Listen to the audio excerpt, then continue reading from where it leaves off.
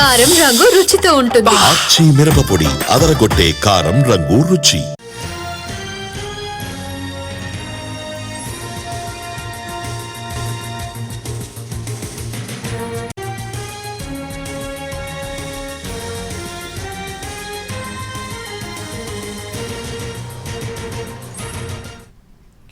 Tirupati SV university దగ్గర 3 నెలలుగా ముప్పు తిప్పలు పెట్టిన చిరుత ఎట్టకేలకు చిక్కింది.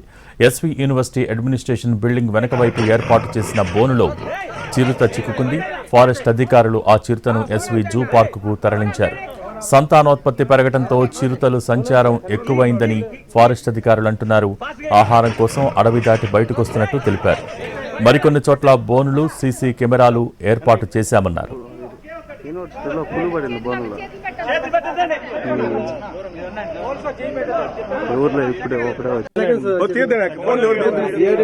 దీనికి సంబంధించి మరింత సమాచారాన్ని మా ప్రతినిధి కార్తీక్ అందిస్తారు.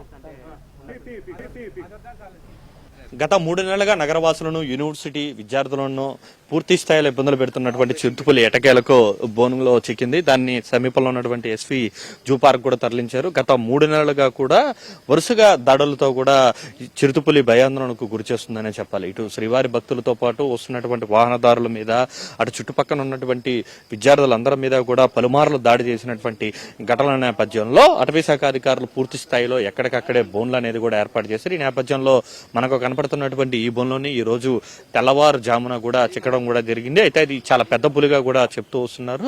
ఆ చిరుతపులిని సమీపంలో ఉన్నటువంటి ఎస్వి జూ పార్క్ తరలించారు. ఆ తర్వాత దానిని ఏదైనా అటవీ ప్రాంతంలోకి తీసుకెళ్లి వదిలిపెట్టేటువంటి అవకాశం ఉంటుంది. అయితే గత కొద్ది రోజులుగా కూడా ఒక వాహనదారుణ్ణి ఎస్పీ జూ పార్క్ రోడ్లో వెళ్తున్నటువంటి క్రమంలో వెనక నుంచి దాడి చేయబోయినటువంటి చిరుత కూడా ఇదే అనేటువంటి అనుమానాన్ని కూడా అటవీ శాఖ అధికారులు వ్యక్తం చేస్తున్నారు. అటు తర్వాత పలుమార్లు కూడా ఈ యొక్క జూ పార్క్ రోడ్లోని ఈ యొక్క చిరుతపులి అనేది కూడా సంచారం అనేది కూడా జరుగుతుంది. దానికి తోడు యూనివర్సిటీ ప్రాంతంలో ఎక్కువగా కూడా ఎస్పీ యూనివర్సిటీ, వేదిక యూనివర్సిటీ సహా ఇతర యూనివర్సిటీ సమీప ప్రాంతాల్లో కూడా పెద్ద ఎత్తున తిరుగుతున్నటువంటి నేపథ్యంలో వాటన్నిటి కోసం కూడా ఈ విధంగా ఇట్లా బోన్లు అనేది కూడా ఏర్పాటు చేశారు. ట్రాప్ కెమెరాలు అనేది కూడా ఏర్పాటు చేశారు. అయినప్పటికీ కూడా గత కొద్ది రోజులుగా కూడా కనిపించకుండా తిరుగుతున్నటువంటి చిరుతపులి మాత్రం ఈ రోజు తెల్లవారుజామున బోనుకు చిక్కింది. ఈ నేపథ్యంలో చిరుతపులిని వెంటనే కూడా సమీపంలో ఉన్నటువంటి ఎస్వి జూ పార్క్ తరలించారు. అక్కడి నుంచి ఇంకేదైనా అటవీ ప్రాంతంలోకి తీసుకెళ్లి ఆ చిరుతపులిని వదిలేటువంటి అవకాశం ఉంటుంది. అయితే ఇంకా 2-3 చిరుతపులులు